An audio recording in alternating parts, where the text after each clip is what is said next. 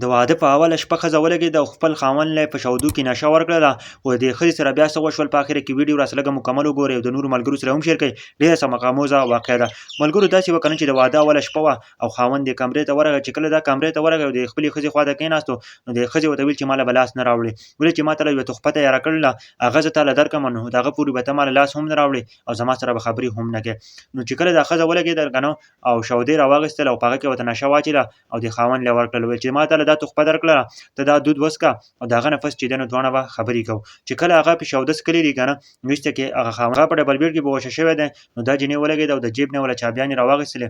چې کله چابیانې راواخیستې د جیب نه نو بکس یې کولاو کړو او بکس کې چې څومره سونه وه او بکس کې چې څومره سونه وه او څومره پیسې وې نو هغه یې راواخیستل او د کور نه بهر ته ووتله او خپل یو بل یار ته چې دی نو هغه ته یې رینګ وکړو هغه ته یې ویل چې راځه ما هغه سامان هر څه راغیستي دي. نو هغه پسې راغی که نه او دوی ولاړل چېرته لرې یو هوټل ته لاړل. چې کله هوټل ته لاړل که نه دې جینۍ او دې وکړل دې هلک ورته ویل ما ته خو نکاح هم نه ده کړ او بله خبره دا ده که نه چې ستاسو چې کومه سونه ده نو هسې نه چې پولیس هم چېرته ونیسي دا سونه چېرته خرڅوو. نو هغوی ولاړل که نه هغه سونه چې ده نو هغه یې خرڅه کړله. چې کله یې سونه خرڅه کړله نو دوی واپس راللو واپس چې کله رالل نو دوی دا خبره وکړله دې هلک ورته وویلو چې دا پیسې زما اکاونټ ته ټرانسفر کا او دا به زما په اکاونټ کې پاتې. خو دې ښځې چې ده نو دا پرې پوه شوه او دې ورته ویل چې نه زه داسې نه شم کولی او زما څخه به دا پیسې راسره وي. خو دوی ځان له په هوټل کې بیا کمره م ونیوله او دوی چې کله په هوټل کې کمره ونیوله نو دوی په کمره کې چې دی نو ناست وو.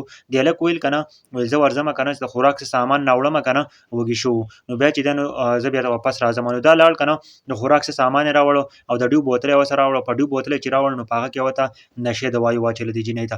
چې کله دې جینۍ ته دوایي واچوله او دا هوټل ته راغی که نه دا بوتل نیم غوندې و او ویل چې ما ترې نیم وڅکو او ته چې دی نو ته دا نور خوراک وکړه او ما ځان موړ کړی دی. نو کله چې د جینۍ چې دی نو دا بوتل وڅکو نو په دغه ټیم کې دا جینۍ چې ده نو بېهوشه شوله. په دغه ټیم کې بېهوشه شوله او دغه هلک ولګېده دا څومره پیسې چې دي څومره سامان چې دی نو دی چې ټول ویوړه او لاړ وتې تښتېد. ملګرو وایي چې څه کرې نو هغه به ریبې.